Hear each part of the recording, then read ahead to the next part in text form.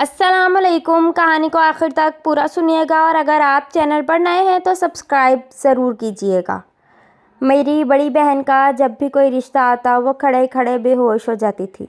हमारा कोई भाई नहीं था जबकि अब्बू भी मर चुके थे। ऐसे में हम चचा के घर की तरफ दौड़ते। मेरा कज़न बड़ी बहन को अस्पताल ले जाता और वापसी पर वो इतनी फ्रेश और खुश होती जैसे कुछ हुआ ही ना हो। ऐसा कई महीनों से हो रहा था। अम्मी और मैं परेशान थे कि आखिर उसे क्या होता जा रहा था। मुझे अपनी बड़ी बहन सच में बीमार लगने लगी, मगर एक दिन जब मेरा कज़न उसे बेहोश हालत में घर से लेकर निकला तो मैं भी उनके पीछे चल पड़ी और ये देखकर मेरी आंखें फटी की फटी रह गई कि मेरी बहन और कज़न एक दूसरे। मेरा नाम नादिया है और मेरी बड़ी बहन का नाम शाजिया है। मेरे अब्बू दफ्तर में चपरासी थे जबकि अम्मी सिलाई कढ़ाई का काम करती थी। यही वजह से कि हमारा घर का गुजारा अच्छा चल रहा था और हम एक खुशगवार ज़िंदगी गुजार रहे थे। हमारी ज़िंदगी में किसी चीज़ की कमी नहीं थी सिवाय भाई की, क्योंकि हम दोनों बहनों के अलावा अम्मी अब्बू की कोई और औलाद नहीं थी। इसलिए अम्मी भी अक्सर खुदा से शिकवा कर बैठती थी कि काश मेरा कोई बेटा होता जो जवान होकर बुढ़ापे में सहारा बनता, मगर अब्बू को इस बात की कोई परवाह नहीं थी। वो अक्सर अम्मी से कहते कि हमारी दोनों बेटियां भी हमारे लिए बेटा हैं। अगर हमने उनकी अच्छी तालीम और तरबियत की तो ये बेटियां बेटों से बढ़कर हमारी खिदमत करेंगी। लेकिन अम्मी तो उठते बैठते यही सोच सोच कर परेशान होती रहती कि काश उनका भी एक बेटा होता जो बेटियों की शादी के बाद उनका सहारा बनता और उसके बच्चों से घर में रौनक लगी रहती। यह बात सुनकर अब्बू अक्सर अम्मी से उलझ पड़ते और उसे डांट कर कहते, अल्लाह ने हमें 2 बेटियां दी हैं, जब इन दोनों की शादी होगी तो इनके शोहरों की सूरत में हमें 2 बेटे मिल जाएंगे। मगर अम्मी यह सुनकर और गमज़दा हो जाती, क्योंकि अब्बू की ख्वाहिश थी कि हमारी शादी चचा के घर हो। मगर मरते दम तक हमारे अब्बू की यह ख्वाहिश पूरी ना हुई, क्योंकि चचा के बेटे तो थे मगर उनके घर में चच्ची की हुकूमत थी और चच्ची और हमारी अम्मी की बिल्कुल नहीं बनती थी। अब्बू जब फौत हुए तो हमें यकीन था कि चचा हमारे सर पर हाथ रखेंगे, मगर उन्होंने तो हमें पूछा तक नहीं। चचा ऊपर वाले पोर्शन में रहते थे जबकि हम नीचे वाले पोर्शन में रहते थे। ऊपरी सीढ़ियाँ हमारे घर में थी, इसलिए कज़न या चचा हमारे घर से होकर जाते थे। अब्बू के मरने के बाद हमें यह इत्मीनान तो हो गया कि हम अकेले नहीं थे, मगर हमारे माली हालात ख़राब हो गए। अम्मी भी हर वक्त बीमार रहती थी, इसलिए हम दोनों बहनों ने पढ़े लिखे होने के बावजूद जॉब नहीं की और घर में ही सिलाई कढ़ाई का छोटा मोटा काम कर लेते थे, जिससे हमारे घर का गुजारा हो जाता था। वरना चचा ने तो कभी सीधे मुँह बात तक नहीं की। अलबत्ता हमारे कज़न हमसे थोड़ी बहुत बातचीत कर लेते थे या फिर हम कोई बाज़ार का काम कह देते थे तो वो हमें कर देते थे, मगर हमारी कोशिश होती कि ये सब चच्ची ना देख लें, क्योंकि उनका बस चलता तो वो अपने बेटों को हमसे दूर कर लेती। इसलिए हमारी कोशिश होती थी कि हमें उनके पोर्शन में ना जाना पड़े। मगर जब से अम्मी ने रिश्ते कराने वाली खाला को बुलवा कर शाजिया के लिए कोई अच्छा लड़का तलाश करने को कहा था, तब से मेरी बहन की तबीयत ख़राब होने लगी और हम उसे अस्पताल ले जाने के लिए अपने बड़े कज़न को बुलाने लगे थे। चूँकि हम चच्ची को एक आँख नहीं पाते थे, इसलिए अम्मी से कहा कि तुम्हारे अब्बू की भी यही ख्वाहिश थी कि तुम दोनों अपने चचा की बहुएं बनो और मैं भी यही चाहती थी। मगर मैंने जब से अपनी देवरानी के मुंह से ये सुना है कि मुझे तो अपनी नादिया और शाजिया बिल्कुल पसंद नहीं, तब से मैं चाहती हूँ कि तुम दोनों जल्द अज जल्द कहीं शादी कर लो, क्योंकि तुम्हारी चची कभी तुम्हें अपनी बहू नहीं बनने देंगी।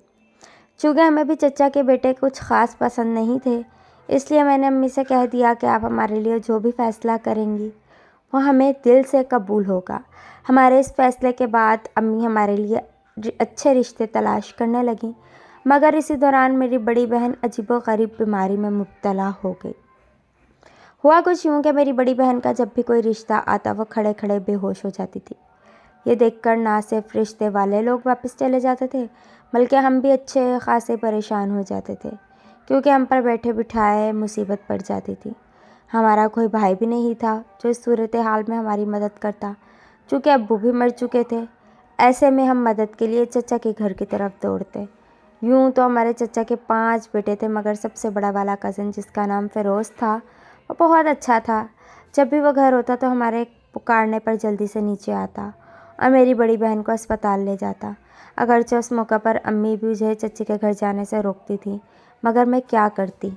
मेरी बहन शाजिया की तबीयत इतनी ख़राब हो जाती थी कि मुझे डर लगने लगता था कि कहीं उसे कुछ ना हो ना जाए। इसलिए मैं जल्दी से ऊपर वाले पोर्शन में जाती اور اپنے کزن کو بلا لاتی تھی۔ وہ بیچارہ بھی اپنی ماں کی پرواہ کیے بنا ہماری مدد کے لیے دوڑا چلا آتا۔ ویسے تو میری بہن اتنی صحت مند تھی کہ اسے کبھی بخار تک نہیں ہوا، مگر جب بھی کوئی عورت اسے رشتے کی وجہ سے دیکھنے آتی تھی تب اچانک اس کی طبیعت خراب ہو جاتی تھی۔ وہ کھڑے کھڑے بے ہوش ہو جاتی تھی اور اسے اتنی تکلیف میں دیکھ کر مجھ سے رہا نہ جاتا، اور میں فوراً سے اپنے کزن کو نیچے آتے ہی شازیہ کو باہوں میں اٹھائے دیوانہ وار باہر کی طرف جاتا اور ہم اس کے واپس آنے تک پریشان حالت میں اس کے لیے دعائیں کرتے رہتے۔ اس کی یہ حالت دیکھ کر امی رشتے والی آنٹی سے معذرت کر لیتی اور وہ بیچاری اپنے گھر لوٹ جاتی تھی۔ 1 مہینے کے دوران کئی رشتے شازیہ کے لیے آئے اور ہر بار ایسا ہی ہوا۔ ہم کئی ہفتوں تک تو اس بات کو سمجھ نہیں پائے کہ شازیہ کی طبیعت ایسے میں کیوں خراب ہو جاتی ہے۔ جب اس کا رشتہ آیا ہوتا ہے، یہ بات شاید میں نے محسوس کی تھی، کیونکہ شازیہ کی طبیعت خراب دیکھ کر تو امی کے بھی ہاتھ پاؤں پھول جاتے تھے، مگر میں یہ کافی ہفتوں سے دیکھ رہی تھی کہ جب بھی وہ بے ہوش ہوتی تھی کافی بیمار لگتی تھی، مگر واپسی پر وہ اتنی فریش اور خوش ہوتی جیسے کچھ ہوا ہی نہ ہو۔ ایسا کئی مہینوں سے ہو رہا تھا۔ میں پریشان تھی کہ آخر میری بہن کو یہ کیا ہوتا جا رہا تھا۔ مجھے بڑی بہن سچ میں بیمار لگنے لگی، مگر ایک دن جب میرا کزن اسے بے ہوش حالت میں گھر سے لے کر نکلا تو میں بھی ان کے پیچھے چل پڑی، کیونکہ مجھے اپنی بہن کی حالت دیکھ کر شک ہونے لگا تھا کہ ضرور اس کے پیچھے کوئی نہ کوئی بات تھی۔ یہ خیال آتے ہی میں نے فیصلہ کیا کہ میں اس بار ان دونوں کے پیچھے جا کر ضرور دیکھوں گی۔ جب میرا کزن اور بہن باہر نکلے تب میں نے ان کا تعاقب شروع کر دیا۔ مجھے لگا کہ وہ دونوں کسی ہسپتال جائیں گے، مگر یہ دیکھ کر تو میری آنکھیں پھٹی کی پھٹی رہ گئیں کہ میری بہن اور کزن تو ایک ہوٹل کی طرف چل پڑے۔ میں بھی ان کے پیچھے چل پڑی۔ میں نے دیکھا کہ اس وقت میری بہن بالکل ٹھیک ہو چکی تھی اور انہوں نے ہوٹل میں جا کر اپنے لیے کھانے کا آرڈر دیا اور باتیں کرنے لگے۔ میں بھی ان دونوں سے چھپتے چھپاتے ایک جگہ بیٹھ گئی اور ان دونوں کی باتیں سننے لگی۔ شازیہ کہنے لگی، فیروز، میں یہ روز روز بے ہوشی کے ڈرامے کر کر کے تھک گئی ہوں۔ آخر ہم کب تک یہ بات اپنے گھر والوں سے چھپائیں گے کہ ہم ایک دوسرے سے محبت کرتے ہیں؟ تم اپنی امی سے بات کرو اور انہیں بتاؤ کہ ہم شادی کرنا چاہتے ہیں، ورنہ امی تو میری کہیں بھی شادی کر دیں گی۔ یہ سن کر میں ہکا بکا رہ گئی۔ میں نے سوچا بھی نہیں تھا کہ ایسا بھی ہو سکتا ہے۔ یہ ایک دوسرے سے پیار کرتے تھے، حالانکہ یہ جانتے بھی تھے کہ ان کی مائیں کسی بھی قیمت پر یہ شادی نہیں ہونے دیں گی، مگر اس کے باوجود وہ دونوں شادی کا پلان بنا رہے تھے۔ یہ سن کر میں حیران پریشان بیٹھی تھی۔ اسی وقت میں نے ایک فیصلہ کر کے اٹھی اور ان کے سامنے جا کر کھڑی ہو گئی۔ میری بہن شازیہ مجھے یہاں دیکھ کر سکتے میں آ گئی۔ ارے نادیہ، تم یہاں؟ میرا کزن فیروز بھی حیرت کے مارے اٹھ کھڑا ہوا۔ ہاں، یہ میں ہی ہوں۔ مجھے اپنی بہن پر شک تھا، اس لیے میں نے آج آپ دونوں کا پیچھا کیا۔ یہ سن کر میری بہن شرمندہ ہو گئی۔ تم میری بہن ہو، کم از کم تم تو مجھے یہ سب بتا دیتی۔ میں نے اپنی بہن سے گلہ کیا۔